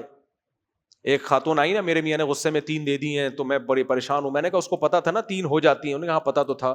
میں نے کہا غصے میں گلا کاٹ دے گا اگلی دفعہ میں؟ وہ کیا خیال ہے؟ غصے میں چاقو مار دے گا؟ عقل مند لوگ کبھی بھی غصے میں طلاقیں نہیں دیتے. سارے احمقوں کے کام ہوتے ہیں غصے میں بندہ مار دیا، بھلے میں ہے نا جیل، غصے میں بندے کو قتل کر دیا، غصے میں بلڈنگ سے چھلانگ لگا لی، غصے میں یہ کر دیا، غصے میں ٹرک کسی کے اوپر چڑھا دیا. تو ایسے بے وقوفوں کو اللہ دنیا میں رہنے کا حق دیتا ہی نہیں, اور گھر بسانے کا تو اللہ حق دیتا ہی نہیں ہے. تو اس لیے جو خواتین کہتی ہیں نا ہماری میں نے غصے میں طلاق نکال دی, اور وہ بیچارہ رو رہا ہے, وہ بغیرت رو نہیں رہا, وہ گھنا بن کے, کیونکہ اس نے ظلم کیا ہے نا, تو اب وہ چاہ رہا ہے کہ لوگ مجھے ظالم بھی نہ کہیں, گھنا بن کے لوگوں کے سامنے کہانیاں بیان کر رہے ہیں, ایکچولی میں تو نہیں چاہتا تھا, منہ سے غصے سے طلاق نکل گئی, تاکہ بیوی کے دل میں بھی محبت رہے اور جو کرنا تھا وہ بھی ہو گیا. اس لیے حضرت عمر نہیں روتے تھے کبھی ایسے شخص کو دیکھ کے, غصے میں کوئی طلاق دے کے آتا تھا نا, یہ ہو گیا, حضرت عمر پہلے کوڑا سر پہ مارتے تھے اس کے, کہ غصہ تو تجھے آیا تھا, اب میرا جو غصہ آئے گا نا وہ سن تو, اور کہتے تھے حرام ہے تیری بیوی. یہ اہل حدیثوں کی جرت ہے کہ وہ فوراً فتویٰ پکڑا دیتے ہیں کہ حلال ہے, ٹھیک ہے نا. تو قرآن کے مطابق غصے میں 3 طلاقیں نکالنی ہو, محبت سے نکالنی ہو, 3 طلاقوں کے بعد بیوی نہیں رکھ سکتے. میں بار بار سوچ رہا ہوں کہ جب میں نکاح پڑھاؤں نا, میں بہت لوگوں کے نکاح پڑھاتا ہوں, دولہا کم وقت کو میں پہلے سے بول دوں بغیرت کو کہ ابھی معاہدہ کر, کچھ بھی ہو جائے, قرآن بھی ہے مسجد بھی ہے, نہیں دے پا رہا, منہ سے 3 طلاقیں نہیں نکالنی ہے بغیرت تو نے, اور رکھ کے چماٹ لگا دوں اسی وقت. آپ کو اس بیچارے نے دی تو نہیں ہے بھائی, چماٹ اس کو ساری زندگی یاد رہے گا. کچھ کام ایسے ہوتے ہیں جو ابھی کیا نہیں ہے, احتیاطاً لگا دو پہلے سے. سمجھ میں آ رہی ہے بات؟ دیکھو اس کی ایک مثال دیتا ہوں. میں ایک دفعہ تھانے میں بیٹھا ہوا تھا, تو 2 بندے آئے. میں تھانے میں کیوں بیٹھا ہوا تھا, ایک لمبی کہانی ہے. آپ کا تھانے میں کیا کر رہے تھے, کسی کام سے گیا تھا, تو 2 بندے, اس وقت ڈبل سواری پہ پابندی تھی, 2 لڑکے 20-22 سال کی عمر کے ڈبل سواری پہ نہیں کر کے جا رہے ہیں, پولیس والے روک کے تھانے میں لے گئے ان کو. تو ان کا چاچا یا ماموں جو بھی تھا چھڑانے کے لیے آیا. اچھا, پولیس والوں نے ان کو بٹھایا ہوا تھا, وہ چاچے ماموں نے آتے ہی پہلے اپنے دونوں لونڈوں کو نا رکھ کے ایک تھپڑ لگایا زور سے کھینچ کے. اب بغیر تو تمہیں شرم نہیں آتی, ڈبل سواری کرتے ہو, تاڑ. میں نے کہا بھائی کیا ہو گیا ان کو آتے ہی یار. اچھا, وہ دونوں بیٹھے ہوئے, شریف تھے, بیٹھے ہوئے تھے. خیر پھر پولیس والوں سے کہا میں بہت معذرت چاہتا, پولیس والوں نے چھوڑ دیا. میں نے کہا یار آتے ہی انہوں نے کہا بھائی پولیس والوں کی ہمدردی لینے کے لیے نا, کیونکہ جرم بھارے انہوں نے کیا ہے, ہم تھپڑ نہیں لگاتے تو پولیس والے لگاتے, تو ہم نے اتنا لگا دیا کہ پولیس والے کو ترس آ جائے یار سزا کیا ہو گئی ہے, ورنہ انہوں نے مارنا تھا, جیل میں بند کر دینا تھا. تو میں نے کہا یار یہ تو بڑا اچھا, مجھے سمجھ میں آ گیا کہ یہ بھی ایک طریقہ ایڈوانس میں, ابھی کچھ پوچھا نہیں ہے ان سے, آئے پٹاخ پٹاخ ایک ایک لگا دیے. وہ بھی عقل مند تھے, چپ کر کے بیٹھے رہے, ورنہ وہ بولتے ابا کیا ہو گیا, چاچو کیا ہو گیا. میں نے کہا یار بڑے ذہین ہے, یہ بھی ذہین اور وہ بھی ذہین. ایک اور واقعہ جلدی سے سنا دوں. ہمارے ایک ریلیٹو تھے, جب ملک میں شیعہ سنی اور یہ سارے فسادات ہو رہے تھے نا, وہ بھی کسی میں انوالو ہو گئے ان فسادات میں.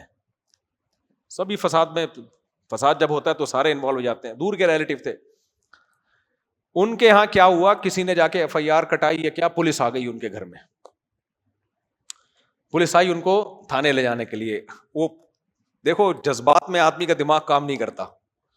انہوں نے کیا کیا, انہوں نے پولیس والوں کو بٹھایا, دروازہ کھولا, آپ آئیے. پولیس والے ماشاء اللہ ماشاء اللہ, یہ تو خود ہی گرفتاری دے رہا ہے. یہ سر آپ بیٹھے, پہلے چائے وائے پیے, بیٹھے. اچھا, پولیس والے ان کو جانے تھوڑی دیں گے کہ تو بوتل لے کر آؤ, چائے لے کر آؤ. پولیس والے کو بتا بھاگنے جائے بھائی, اپنے بیٹے سے بولا جاؤ بیٹا کولڈ ڈرنک لے کر آؤ.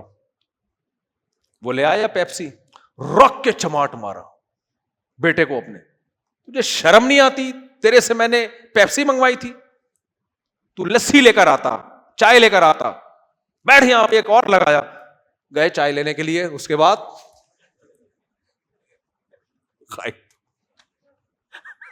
وہ ماحول ایسا کریٹ کر دیا نا انہوں نے کہ پولیس والے سمجھے واقعی ان کے بیٹے سے غلطی ہوئی ہے. یہ شکر ہے بیٹے نے تھپڑ کھا لیا, آج کل کی اولادیں بھی ایسی نہ لائے.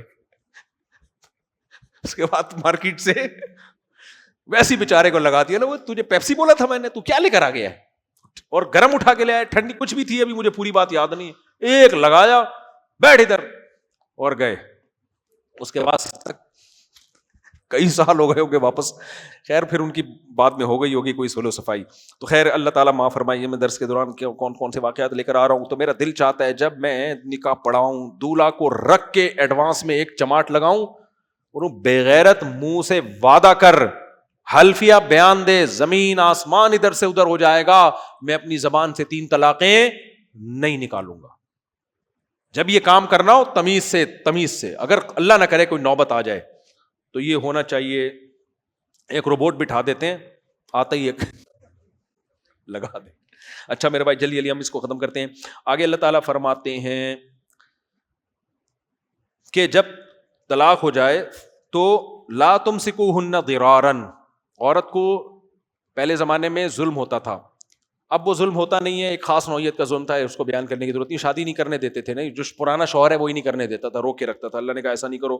آگے اللہ نے فرمایا فلا تعضلوهن ان ينكحن ازواجهن، عورت کو طلاق ہو جائے تو اپنے پرانے، اگر 1 یا 2 طلاقیں ہوئی ہیں تو پرانے شوہر سے بھی اگر نکاح کرنا چاہتی ہے اس سے بھی مت روکو، کہیں اور کرنا چاہتی ہے اس سے بھی مت روکو. ہوا یہ تھا کہ ایک صحابی نے اپنی بہن کی شادی کسی سے کی، انہوں نے ڈیورس دے دی، 1 طلاق، عدت ختم ہو گئی، وہ اپنے گھر آ کے بیٹھ گئی. ان صحابی نے دوبارہ نکاح کا پیغام بھیج دیا، اور وہ ان کی بہن بھی چاہتی تھی دوبارہ میرے پرانے شوہر سے شادی ہو جائے. تو ان کے بھائی نے غیرت کا مسئلہ بنا لیا اور کہنے لگے ہم نے تو عزت دی، محبت دی، اپنی بہن رخصت کر کے ان کے گھر میں بھیجی اور اس نے طلاق دے کے ہمارے گھر میں بٹھا دی. یعنی گویا غیرت کا مسئلہ بنا لیا کہ ابھی ہماری غیرت کے خلاف ہے کہ ہم دوبارہ بھیجیں. تو قرآن نے کہا لا تعضلوهن ان ينكحن ازواجهن، اگر وہ اپنے پرانے میاں سے دوبارہ نکاح کرنا چاہتی ہے ان کو اس کام سے مت روکو، اس کو غیرت کا مسئلہ نہیں بناؤ. اور کہیں اور نکاح کرنا چاہتی ہے تو بھی، یہ بھی ہماری سوسائٹی میں ایک مسئلہ ہے، نہیں بیوہ کو یا اس کو نکاح نہیں کرنے دیتے. آگے اللہ فرماتے ہیں ذالکم ازکا لکم واطہر، یہ زیادہ پاکیزہ ہے. اگر یہ اس سے روکو گے تو سوسائٹی میں جرائم پیدا ہوں گے، زنا پھیلے گا سوسائٹی میں، تو اطہر پاکیزگی کا ذریعہ ہے. آگے اللہ کہتے ہیں پھر بھی تمہاری سمجھ میں نہیں آ رہا، غیرت کا مسئلہ بنا رہے ہو. کیا پیارے کلام اللہ نے کہا واللہ یعلم، اللہ جانتا ہے، وانتم لا تعلمون، تم نہیں جانتے. یعنی اگر پھر بھی تمہیں غیرت کے خلاف لگ رہا ہے نا تو اللہ سے زیادہ علم تھوڑی تمہارا ہو سکتا ہے، جو اللہ کہہ رہا ہے وہ کام کرو. آگے اللہ تعالیٰ نے فرمایا مائیں اپنے بچوں کو 2 سال تک دودھ پلا سکتی ہیں. آگے اللہ تعالیٰ نے فرمایا کہ کسی عورت کو طلاق ہو جائے یا بیوہ ہو جائے تو نکاح کا پیغام مت بھیجو جب تک عدت پوری نہ ہو جائے. عورت کی عدت کے دوران اسے اسلام نکاح کا پیغام بھیجنے کی اجازت بولو نہیں دیتا. ہاں اللہ فرماتے ہیں گول مول طریقے سے پیغام بھیج سکتے ہو. گول مول کا مطلب کیا ہوتا ہے؟ عدت میں ہے وہ تو پیغام بھجوا دیا کہ بھائی جب عدت پوری ہو جائے کہیں شادی کرنی ہو تو پہلے ہم سے بھی مشورہ لے لینا. اس طرح کی گول مول طریقے سے بات کی جا سکتی ہے، صاف پیغام نہیں بھیجا جا سکتا عدت کے دوران. آگے اللہ تعالیٰ فرماتے ہیں کہ اگر تم نے رخصتی سے پہلے طلاق دے دی ہے اور مہر متعین نہیں تھا تو کچھ جوڑے وغیرہ عورت کو دے دیا کرو. اور رخصتی سے پہلے اگر طلاق دی ہے تو مہر متعین تھا تو رخصتی سے پہلے آدھا مہر دے دیا کرو. 2 منٹ میں بس بات کو سمیٹ رہا ہوں میں.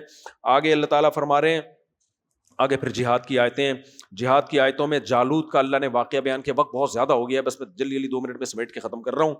اللہ تعالیٰ نے ایک پیغمبر کا واقعہ بیان کیا کہ موسیٰ علیہ السلام کے بعد بنی اسرائیل میں ایک پیغمبر آئے تھے، انہوں نے حکم دیا ایک طاقتور قوم سے لڑنے کا. وہ قوم بنی اسرائیل نالائق لوگ، وہ کہنے لگے کہ پہلے خود انہوں نے کہا کہ آپ اللہ سے کہیں کہ ہم پہ جہاد فرض کریں تاکہ ہم بھی علاقے فتح کریں، دنیا کی ہمیں حکومت ملے. تو نبی نے کہا کہ جب اللہ جہاد تم پہ فرض کرے گا نا تم لڑو گے نہیں. آج بھی بہت سے ایسے لوگ ہیں باتیں بڑی بڑی کر رہے ہوتے ہیں، یہ کر دیں گے ہم وہ کر دیں گے، جب کرنے کا ٹائم آتا ہے پتلی گلی سے نکل جاتے ہیں. پھر اللہ نے ان کے لیے جالوت کو، نبی نے ان کے لیے جالوت کو کمانڈر بنایا اور کہا کہ یہ جالوت غریب ہیں لیکن ان میں ان کی صحت بھی اچھی ہے اور لڑنے کا تجربہ بھی ہے. وہ کہنے لگے یہ غریب آدمی کو ہم پہ امیر کیوں بنایا ہے؟ تو میرٹ کی بیس پہ اس زمانے میں کام ہوتا تھا، تو یہ نہیں دیکھا گیا کہ یہ امیر غریب ہے. جنگ کے کمانڈر کے لیے 2 چیزوں کا ہونا ضروری، ایک صحت اچھی ہو، ایک لڑنے کی اس میں قابلیت ہو. تو نبی نے فرمایا کہ اللہ نے اس کا علم تم سے زیادہ، جی لڑائی کا علم ان کے پاس تم سے زیادہ اور صحت تم میں سب سے اچھی ہے، اس لیے انہی کو بنایا جائے گا. پھر جب لڑائی شروع ہونے والی تھی تو امیر نے ان سے یہ کہا کہ دیکھو ہمارا مقابلہ بہت طاقتور دشمن سے ہے، اللہ کی مدد کے بغیر ہم علاقہ ان کو فتح نہیں کر سکتے، لہذا اللہ تمہیں پہلے آزمائے گا. شدید پیاس میں نہر آئے گی، اس سے پانی نہیں پینا کسی نے، پیاس برداشت کرنی ہے. برداشت کر لو گے تو اللہ فتح دے دے گا. تو کیونکہ اسباب کی دنیا میں لڑنا ممکن نہیں ہے, یہ اللہ کی مدد کے بغیر نہیں ہو سکتا. لیکن قرآن کہتا ہے کہ بنی اسرائیل نالائق, جب وہ نہر آئی ہے تو تھوڑے سے لوگوں نے نہیں پیا, باقی سب نے بھر بھر کے پیا پانی. اس گناہ کا یہ اثر ہوا کہ جب دشمن کا مقابلہ ہوا تو دشمن دیکھ کے یہ ڈر گئے اور کہنے لگے لا طاقت لنا لجالوت. اچھا وہ طالوت تھے, بنی اسرائیل کے کمانڈر جالوت نہیں طالوت, اور دشمنوں کے کمانڈر کون تھے؟ جالوت. تو کہنے لگے جالوت سے لڑنے کی ہم میں طاقت نہیں ہے. تو اس سے پتہ چلتا ہے میدان جنگ میں گناہ کی وجہ سے ہمتیں سلب ہو جاتی ہیں. متقی آدمی میں ہمت زیادہ ہوتی ہے, شہوت پرست اور گناہگار میدان جنگ میں اس کے لیے ٹکنا مشکل ہے. تو اس لیے مسلمان ہمیشہ کمزوری کے باوجود لڑتے رہے ہیں, غالب آئے ہیں. ہاں طاقت کا توازن بہت ہی آؤٹ ہو جائے پھر تو اللہ نے لڑنے کی اجازت ہی نہیں دی ہے. تو اللہ فرماتے ہیں کہ جو تھوڑے سے لوگ باقی بچ گئے تھے نا, جنہوں نے پانی نہیں پیا تھا, انہوں نے کیا کہا؟ کم من فئۃ قلیلۃ غلبت فئۃ کثیرۃ باذن اللہ. دیکھو ہم اللہ کے حکم پہ لڑ رہے ہیں. کئی بار ایسا ہوتا ہے کہ اللہ تھوڑے لشکروں کو طاقتور پہ غالب کر دیتا ہے. تو جب اللہ نے ہمیں حکم دیا ہے ہم لڑیں گے, تو اللہ کہتے ہیں جب لڑائی شروع ہوئی تو جنہوں نے پانی پیا تھا وہ بھاگ گئے, جنہوں نے نہیں پیا تھا وہ بہت طاقتور دشمن کے سامنے ڈٹ گئے اور اللہ سے دعا مانگنے لگے. اتنا طاقتور دشمن دیکھا اور اللہ کا حکم بھی ہے کہ لڑو, تو پھر اللہ سے دعا مانگنے لگے ربنا افرغ علینا صبرا وثبت اقدامنا. اے اللہ صبر ہمارے سر پہ انڈیل دے. مجھے بڑا مزہ آتا ہے اس دعا میں, اللہ ہمیں آزمائشوں میں نہ ڈالے, لیکن یہ دعا بڑی مزے کی ہے. یعنی اے اللہ تو ہمیں صبر کی توفیق نہیں دے بلکہ صبر کی بالٹیاں بھر بھر کے ہمارے اوپر انڈیل دے. تھوڑا صبر سے آج کام نہیں چلے گا, بہت صبر کرنا پڑے گا. وثبت اقدامنا, ہمارے قدموں کو زمین میں جما دے. تو بہت طاقتور دشمن ہے, بہت جم کے لڑنا پڑے گا. کیا منظر ہوگا سوچو یار, کیا منظر ہوگا. اس پیغمبر کے حکم پہ نکلے طاقتور لوگ ہیں, اور جو اپنی قوم میں آدھے سے زیادہ ویسے بھاگ گئے, صحیح ہے نا, وہ ویسے بھاگ گئے. اور ان تھوڑے سے لوگوں میں ایک داؤد علیہ السلام تھے, وہ ابھی نبی نہیں بنے تھے. وہ اتنی بہادری سے لڑے, قرآن کہتا ہے وقتل داؤد جالوت. داؤد علیہ السلام نے ڈائریکٹ کمانڈر کو جا کے ہٹ کیا اور ان کے جو جالوت طاقتور جو ان کا سردار تھا نا اس کو قتل کر دیا. اللہ کو اتنی خوشی ہوئی داؤد علیہ السلام کے اس عمل سے, اللہ کو اتنی محبت. کوئی صوفی بیان سن رہا ہوگا بولے گا لے بھائی بندے قتل ہو رہے ہیں, اللہ کو قتل کرنے والے سے محبت ہو رہی ہے, بہادری سے. اسلام تو کہتا ہے, دیکھو امام کا کون سا پسند ہوتا ہے پتہ ہے لوگوں کو؟ وضو خانے سے یہاں تک پہنچنے میں 1.5 مہینہ لگے اس کو, ایسے تمیز سے چلتا ہوا آ رہا ہو, خراما خراما, نہ چل سکتا ہو نہ دوڑ سکتا ہو. پیر جو ہوتے ہیں نا آج کل کے, جو حرام کھا کھا کے موٹے, ایک تو بےچارے کسی کا وزن زیادہ ہو وہ تو قدرت کی طرف سے ہے, ایک وہ پیر ہوتے ہیں جو دیگیں کھا کھا کے کیا ہو جاتے ہیں, موٹے. ہمارے استاد ایک پیر کا واقعہ سنایا کرتے تھے کہ جب اس کو ہوا خارج کرنی ہوتی تھی تو ایک مرید آ کے پہلے دایاں کولہ اٹھاتا تھا اس کا اس طرف, اس کمبخت سے کولے بھی نہیں ہلتے تھے. پھر وہ زمین پہ رکھا جاتا تو بایاں کولہ شریف اٹھایا جاتا. مرید سعادت سمجھ کے اٹھاتے تھے. نہیں آ رہی سمجھ میں بات؟ تو ایسے پیر بھی ہیں, بکرے کھائے جا رہے ہیں کھائے جا رہے ہیں کھائے جا رہے ہیں. قدرت کی طرف سے کسی کا وزن زیادہ ہے وہ تو ایک الگ بات. تو یہ اسلام نہیں ہے میرے بھائی. داؤد علیہ السلام کو نبوت ملی, میدان جنگ میں بہادری سے لڑے, اور ہٹ کس کو کیا جا کے؟ جالوت کو. سمجھتے ہو کہ نہیں سمجھتے؟ اللہ کہتے ہیں وقتل داؤد جالوت, داؤد نے جالوت کو قتل کیا. اللہ نے کیا کیا؟ آتاہ اللہ الملک, اللہ نے بادشاہت دے دی. نبی نے, جو نبی تھے انہوں نے آئندہ کے لیے بادشاہ کس کو بنا دیا؟ داؤد علیہ السلام کو. یہ الیکشن سے سلیکشن یا سسٹم سے سلیکشن نہیں تھی, یہ میرٹ کی بیس پہ بولو سلیکشن تھی. پہلے اس طرح سے ہوا کرتا تھا. اب ہمارے بہرحال ولولا دفع اللہ الناس بعضهم, اچھا والحکمہ, اللہ کہتے ہیں ہم نے, بس 1 منٹ, والحکمہ, ہم نے حکومت بھی دی, حکمت بھی دی, وعلمہ مما یشاء, وہ علوم اللہ نے دے دیے جو اللہ نے چاہے. پرندوں کی بولیاں سکھا دیں, پھر ان کی اولاد میں سلیمان علیہ السلام پیدا کیے, آگے اللہ فرماتے ہیں تمہیں بھی اشکال ہو رہا ہوگا کہ اللہ نے بہادری سے لڑنے پر داؤد کو اتنا نوازا. تم بھی سمجھ رہے ہو کہ اللہ تو غفور الرحیم ہے اور اللہ تو محبت کی باتیں پسند کرتا ہے, ادھر سے جتنے مرضی میزائل آتے رہیں ہم یہاں سے پٹاخہ بھی نہ پھوڑیں, ہم محبت سے بس باتیں کیا کریں. اللہ کہتے ہیں وَلَوْلَا دَفْعُ اللَّهِ النَّاسَ بَعْضَهُمْ بِبَعْضٍ, تمہیں اگر اللہ پہ اشکال ہو رہا ہے نا, اللہ اگر اس طرح لڑنے کا حکم ایمان والوں کو نہ دیتا لَفَسَدَتِ الْأَرْضُ, یہ ظالم لوگ زمین میں فساد مچا دیتے. اس سے پتہ چلتا ہے کمزور دنیا میں بیچارہ کسی کام کا نہیں ہے. اس لیے ہم کہتے ہیں جسم بھی مضبوط کرو, اکنامیکلی بھی اپنے آپ کو مضبوط بناؤ. ہاں غربت اللہ کی طرف سے, بیماری اللہ کی طرف سے, وہ آزمائش ہے. آج جو بیماریاں ہیں وہ اللہ کی طرف سے تھوڑی ہیں, وہ تو پراٹھے کھا کھا کے, لڈو, مٹھائیاں, شوگر, کولڈ ڈرنک, یہ کھا کھا کے ہیں, یہ اللہ کی طرف سے نہیں ہے, یہ ہماری اپنی طرف سے.